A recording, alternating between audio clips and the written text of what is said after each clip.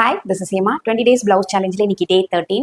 Shoulder slope எப்படி கொடுக்குறது அப்படிங்கிறத பார்ப்போம். அதுக்கு முன்னாடி ஷோல்டர் ஸ்லோப்னா என்ன, அது பிளவுஸ்க்கு கொடுக்கலாமா வேண்டாமா அப்படிங்கிறத பார்ப்போம். ஷோல்டர் ஸ்லோப் அப்படிங்கிறது நம்மளோட இந்த நெக் ஏரியாவிலேருந்து இது வரைக்கும் நம்மளோட ஷோல்டர் வந்து ஸ்ட்ரெயிட்டாக இருக்கும் அப்படிங்கிறத நம்ம நினச்சிட்டு இருப்போம். பட் நம்ம ஷோல்டர் இங்கேருந்து இங்கே ஸ்ட்ரெயிட்டாக இருக்கிறது இல்லை. அது வந்து ஒரு 0.5 அளவுக்கு ஸ்லாண்டிங் பொசிஷனில் தான் இருக்கும். அதனால தான் நம்ம வந்து ஷோல்டர் ஸ்லோப் வந்து கொடுக்குறோம். ஆனால் பிளவுஸில் கொடுக்கலாமா அப்படின்னு கேட்டிங்கன்னா, பிளவுஸை பொறுத்த வரைக்கும் நம்ம டீப் நெக் ஸ்டிச் பண்ணும்போது ஷோல்டர் வித் 1.5 இருந்து 2.5 வரைக்கும் எடுப்போம். ஸோ அப்படி இருக்கும்போது நமக்கு ஷோல்டர் ஸ்லோப் கொடுக்கணும் அப்படிங்கிற அவசியம் கிடையாது. பட் நீங்கள் க்ளோஸ் நெக் ஒரு காலர் நெக் ஸ்டிச் பண்ணுறீங்க அப்படின்னா கண்டிப்பாக ஷோல்டர் ஸ்லோப் அப்படிங்கிறது தேவை.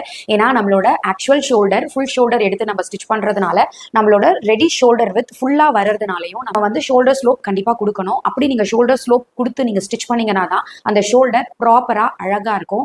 ஸோ அது எப்படி கொடுக்கறது அப்படிங்கிறத பார்ப்போம். இங்க நான் ஆல்ரெடி பாடி பார்ட் போட்டு வச்சிருக்கேன். ஸோ இங்க நம்ம நெக் ஓப்பன் மார்க் பண்ணியிருப்போம். இந்த ஷோல்டர் மார்க் பண்ணியிருக்க இடத்துல இருந்து ஒரு 1/2 இன்ச்சு கீழே எடுத்து நம்ம இந்த மாதிரி ஒரு ஸ்லாண்டிங் லைன் வந்து கொடுத்து கட் பண்ணி எடுத்துட்டு நீங்க வந்து நெக் ஸ்டிச் பண்ணீங்க அப்படின்னா உங்களோட ஷோல்டர் ரொம்ப பெர்ஃபெக்டா அழகா இருக்கும்.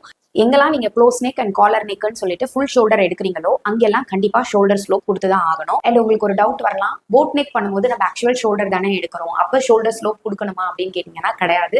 ஏன்னா போட் நெக்கோட ஷோல்டர் வித் 1.5 to 2 inches தான் நம்ம கொடுப்போம். அது ரொம்ப உங்களுக்கு ஸ்லாண்டிங் பொசிஷன்ல இருக்காது. அதனால போட் நெக்கு நம்ம ஷோல்டர் ஸ்லோப் கொடுக்கணும் அப்படிங்கிற அவசியம் கிடையாது.